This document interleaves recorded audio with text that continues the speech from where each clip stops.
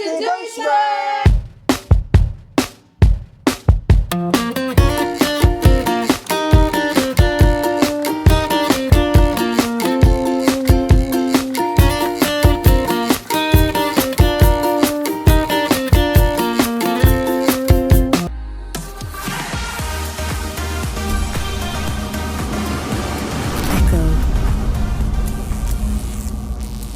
Hey mga karandom! Yun na nga, nandito tayo sa Duisburg at sasamahan tayo ng mga espesyal nating mga friends na nandito sa Duisburg dahil kami nagse-celebrate ng 5 years na mula nang pumunta kami dito sa Germany. Kaya kung interesado ka sa usapan na yan, totoo ka na dahil marami pa tayong pag-uusapang mga chika-chika kung ano-ano pa man. Dito lang yan sa paborito nating vlog tambayan, ang Random Eco Vlog. O so yan mga karandom. So today, kasama natin ating mga friends, si Janice, Hi guys! Gara, Hello, Shen!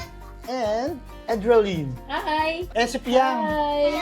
Hi! Say hi! So guys, we're celebrating our 5th year dito sa Germany. Okay, ganyan naman.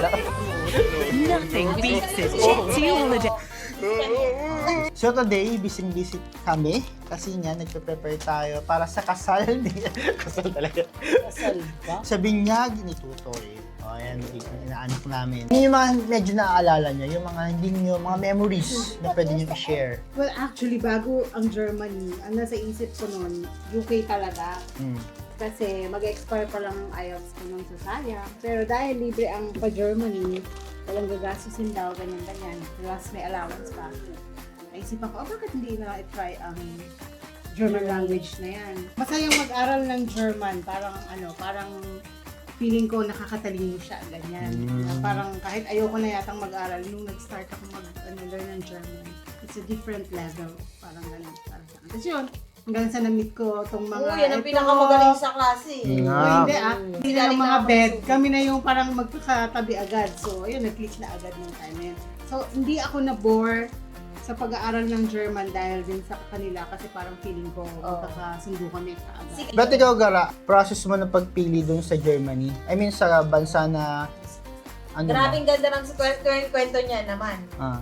Parang si ate, galing ako ng Kwento mo yan, Saudi. ikwento. Sa Saudi pa lang, nag-ano na ako, nagsabi ng mga kasama ko, no, mag-ano na tayo ng ibang bansa naman for mas magandang sweldo, ganyan. So UK yung first choice. So parang doon pa lang, nagpe-prepare na ako, na mag-a-apply ako sa ganitong agency for UK, ganyan. Parang ng IELTS, hindi pumasa ng writing.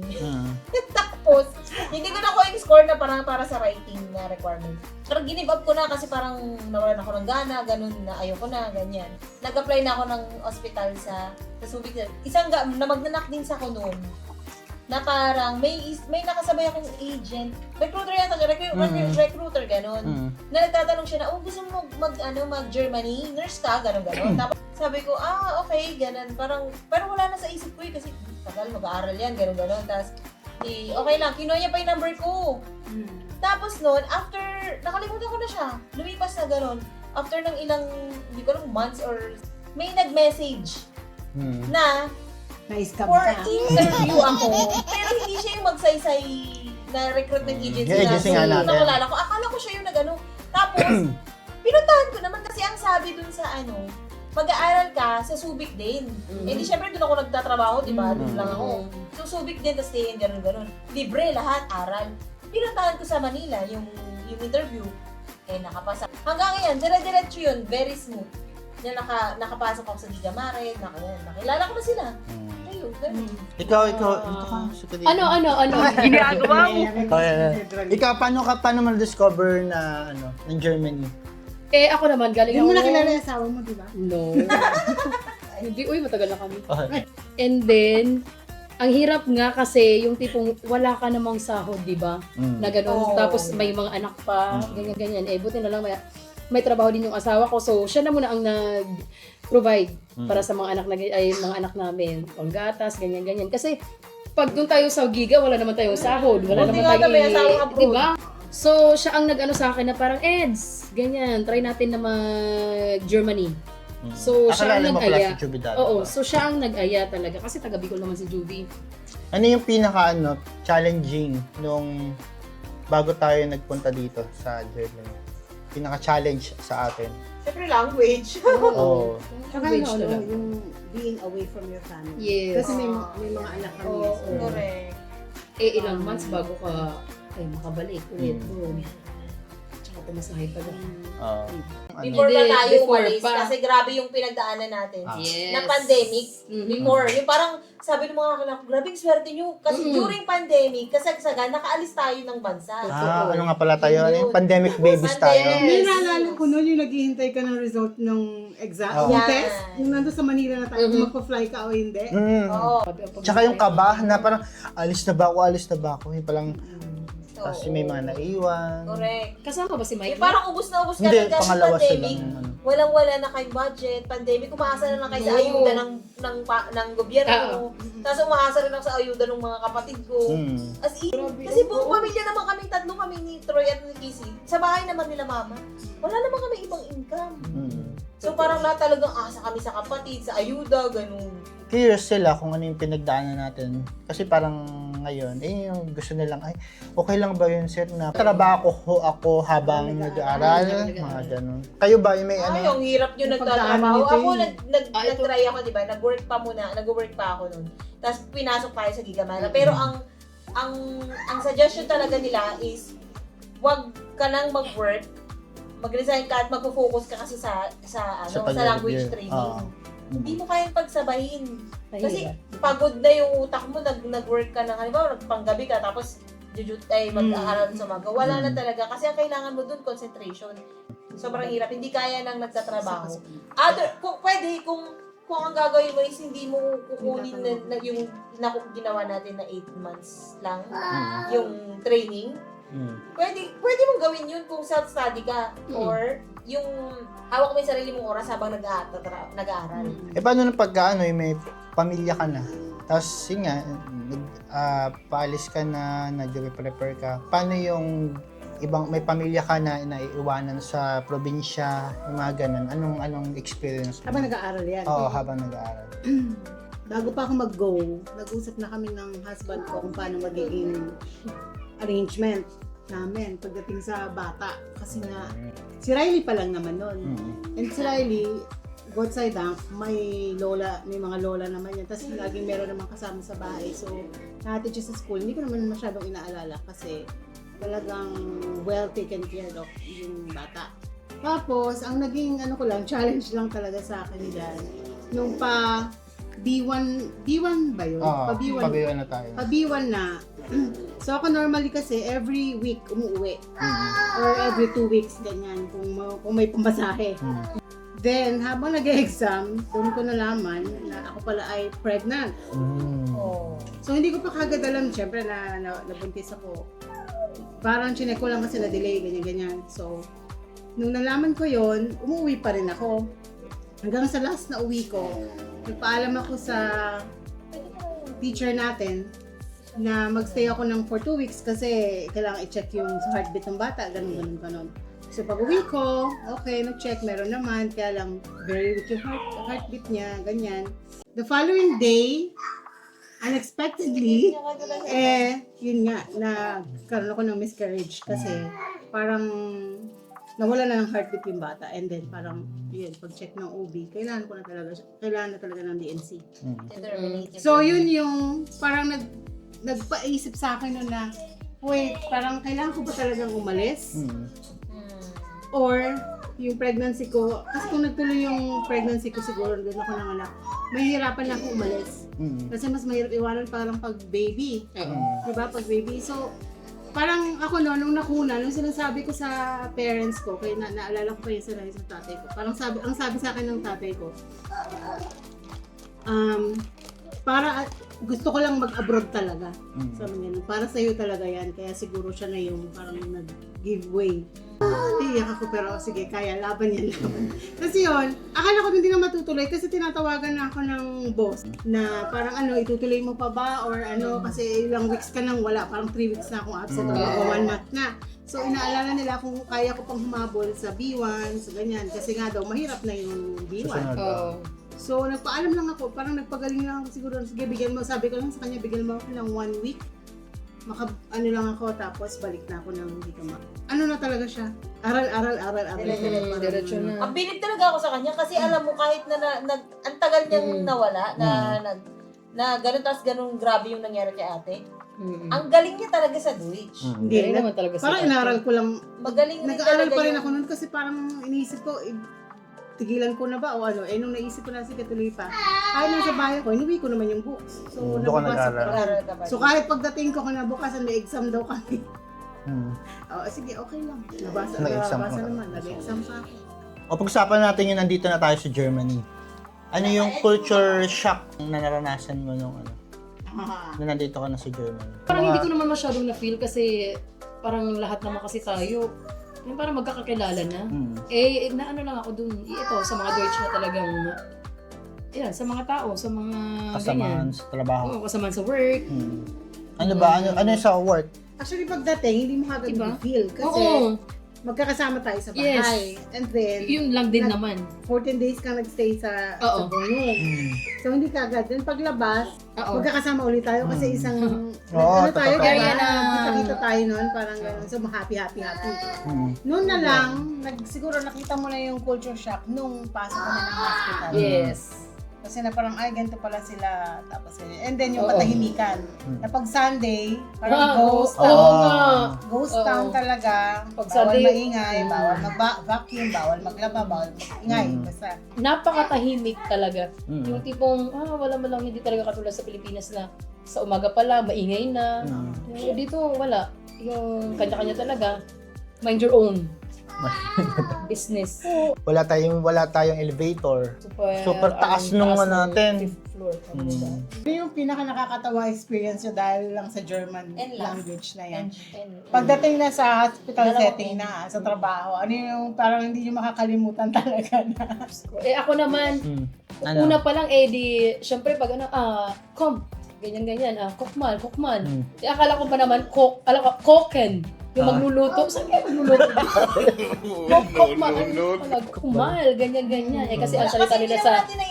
Diba? Oo. Silip lang natin di ba? Ganyan. Tapos sabi ko, Diyos ko, dito lang naman pala. May kasamahan ako, ang sabi niya kasi sa akin, sige, pause na tayo. Ang nasabi ko sa Deutsch sa kanya, sige, kakainin na kita. Yes, and here. No. Mali yung nasabi ko. Sabi ko, napaganyan na lang siya. Ginagawa mo. Okay, choose, gumagano. Kainin mo ako. Nalala ko na nung sa bago pa lang tayo, siguro pang 3 days, pang 2 days.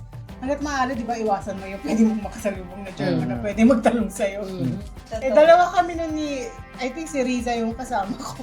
Ang makakasalubong namin, yung chief nurse. Ang tanong, Nabiloy? Sabi yung gano'n. Si Riza, tumingin sa akin. Ako naman, ano ibig sabihin yung gano'n? Ang sagot ko lang sa kanya, alis ka.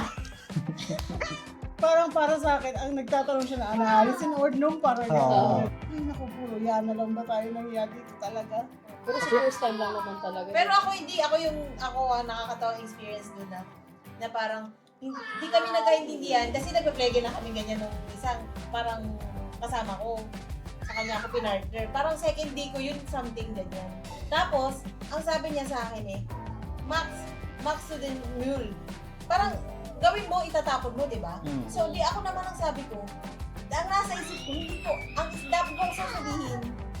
kong sabihin is, saan ko itatapon? Kasi hindi ko pa nagawa. Ang sagot is 9. Pagkasabi ko ng 9, sumimabot, nagdabog, kinuha yung basura. Ganun, tapos nababat ng kwarto. Akala niya ayaw mong gawin. Oo, kasi nag-line ka. Nagsabi ako ng 9, ayokong gawin. Oo, ayaw niyang gawin. Kasi So, mali. Dahil parang helperin ka ngayon. Oo. Anong gagawin mo? Oo, Totoo. yun. Talagang, ano na ako dun, yung nawalan na ako, as in, nawalan ako ng motivasyon, ng lahat na lang. Alam mo, nagtago na lang. Nagtago na lang ako sa loob ng mga Pero at least nag-9 ka. First time mo mag-9. Hindi ka na nagyaya. So, kami yung always kami niya. Iya kasi ka na. Kahit hindi namin maintindihan. Meron pa yung mga ano na yan, mga uben sa ka pupunta. Gaya na punten. Gaya na kaganyan pa ako. Mais do open sa amin.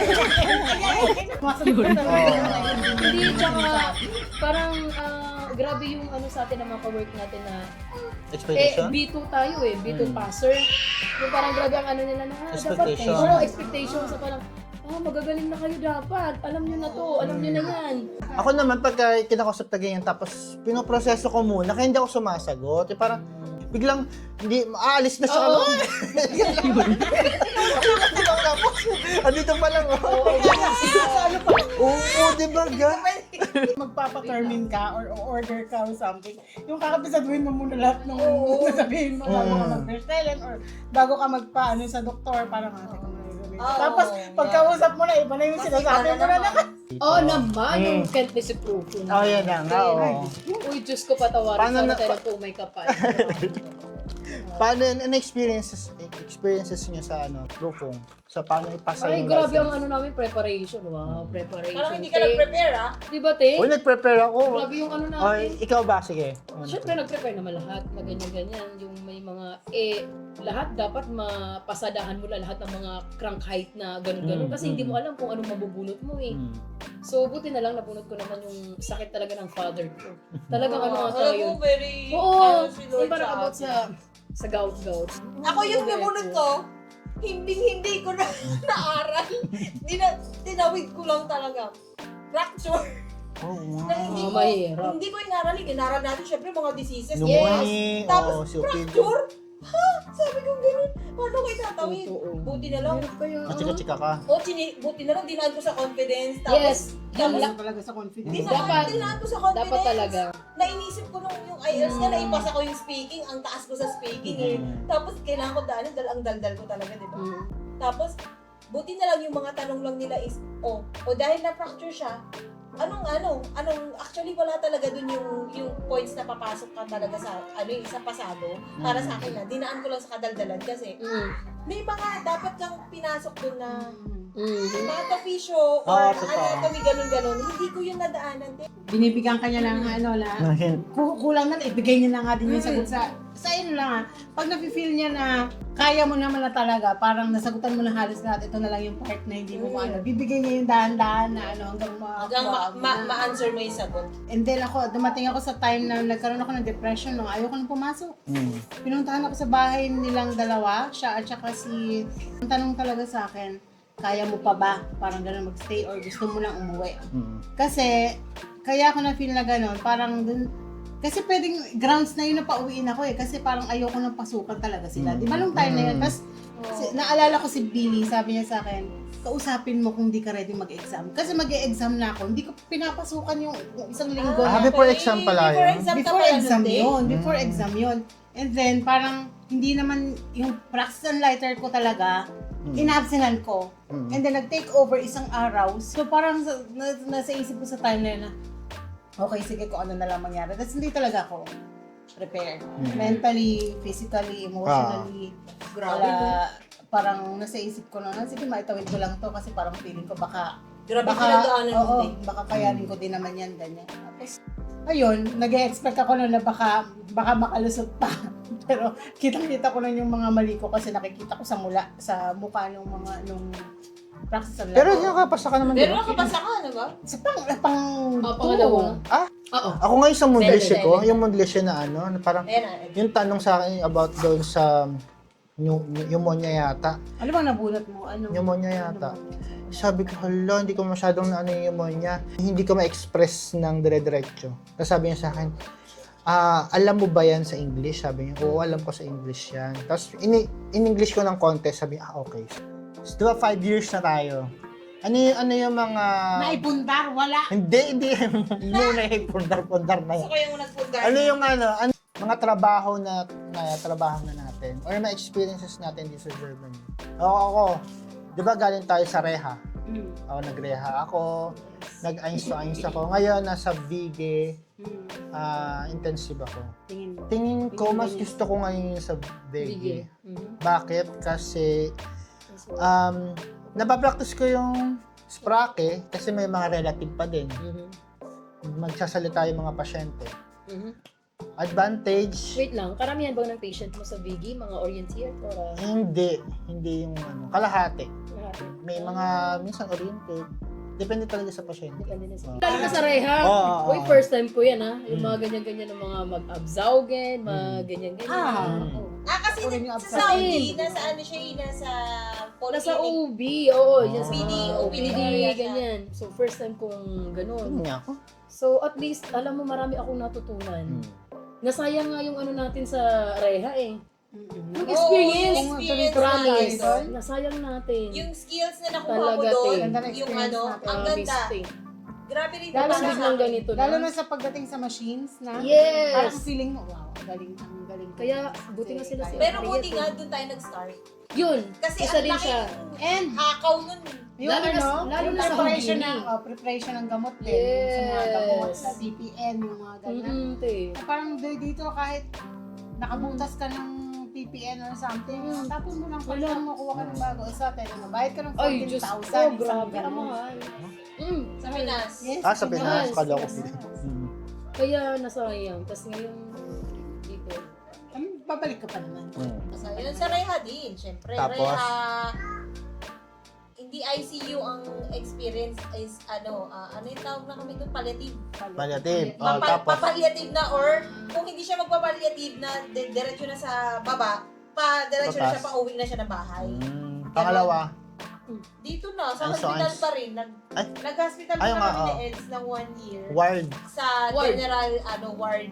Allgemein chirurgy, Oo, unfal. surgery, unfal, Frauen. may OB rin, gano'n. Yes. Tapos, yun, tapos nagkain sa na ako. Ano yung sa tatlo na yan? Ano yung pinaka nagustuhan mo? Pinaka sufridan ka? Siyempre yung eins to eins, wala akong ginagawa eh. Charot. Ngayon, Hindi. which is trabaho mo ngayon? Oo. Oh, yun yung trabaho ka ngayon. Pero kung skill-wise, sayang na sayang ako kasi ang dami kong skills na Oh, ano. yes. Pero, hindi ko kasi, yung mga skills ko naman na yun, na natutunan ko na before pa lang sa Saudi, acquired na siya eh. Yung parang nasa akin na siya ngayon, hindi ko na nga lang siya napapractice. Tapos, parang kahit na nandito ko nung naranasan ko na mag-reha or sa ward, hindi rin naman nagagawa. Hindi ko rin nagagamit kasi ang favorite ko is mag-cannulation. Speaking of cannulation, hindi nyo ba namimiss mag-cannulate? Ano namimiss? Na- Kaya lang, ang ano lang kasi dito sa Germany, yung tipong more on flagging. Oo. Bashen, ano pa yan? Yun, i-compare mo sa Pilipinas na hindi tayo nagbabashen or talagang algihuriga ang nag-ano sa Pilipinas. Dito, tayo talaga. Oh, speaking Lahat. of bashin, yun nga. Hindi nalungkot ba kayo na nagbabashin kayo o okay lang sa inyo na ginagawa natin? Nakakapagod. Ano ba yung learning? Learnings! Mga ano ba, ay ikaw wala ka pala learning. Kasi wala kaming learning. Wala ka Sana- learnings. Sana matuto pa akong mag-bake. Alam mo yan, iba na yung... Uy, learnings mag-type learning. na siya. Ayun! Yay! Oo, yun. Sana next year din. Sana maging successful. Bakla, sabihin nyo na ako. One take. Looking forward sa sa mga susunod. Looking forward sa aking mga goals na matupad yan. Tulad ng, Tulad ng unang-una ngayon, yung ginagawa kong driving. Sana makuha kong license in 1 day. Bibigay yan. Bibigyan. Yun talaga pinagdadasal ko. Tsaga ka naman. Kasi tinanggal ko po talaga at dini-activate ko na ang aking Facebook account para lang dito. Kaya wag niyo siyang... Wala. Jessica, learnings and looking forward sa mga susunod na. Kung ano, True. kung na lang ang applicable dun sa life mo. Dati, parang kailangan ko pong magbasa, mag-play sa YouTube kung anong gagawin. Ngayon, basta alam ko na, kunyari, nag-duty ako, alam ko yung trabaho ko na dapat ma-accomplish ko ito ngayon. Dapat hanggang before the end of the shift. Matapos ko yun, wala akong i-endorse sa iba na hindi ako nangarag. Hindi ako masyadong nagpa-stress. Pero dahil nga din sa work kasi namin ngayon na INCOIs, Looking forward na dahil dito yung family hindi mo. na rin family siguro. Hindi na lang para sa akin, kundi para siguro sa husband ko rin na maka-adapt fully dito, makapag-integrate siya mabuti. Ibig sabihin, makapag-aral siya, makapag-start ng German para malaman na rin niya talaga kung ano ang paano ba mabuhay dito sa Germany kapag nag-start ka na magtrabaho na kailangan mong magsalita. Hindi na. Sa akin, sobrang masaya na yung mga pamilya namin ng dirito. Yes. Totoo naman. Sobrang, naman.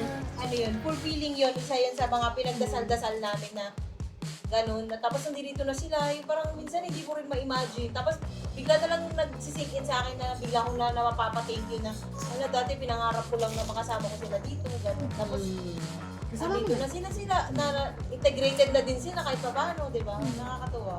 Gano'n ka-importante yung idea na kasama niyo yung family niyo dito habang nagtatrabaho? Sobrang importante. Oo, kasi dati, after ng work, pagdating mo sa bahay, solo ka lang.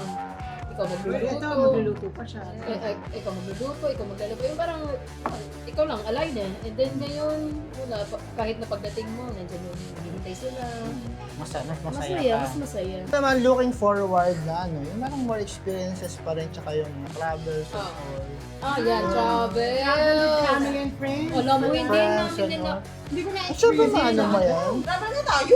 Hindi ko yung naman. Kung nagustuhan niyo ang video na ito, please subscribe to our YouTube channel na Random, Right. na Random Eco Vlog. At yun, kamustahin natin ang bawat isa. Tulad ng lagi ko sinasabi, hamunin man tayo ng panahon, maraming dahilan para bumangon. Ako po si Eco. I'm Janice. I'm Eds. Grace. Remember, stay cute. Bye! Bye! Happy Bianca! Bye!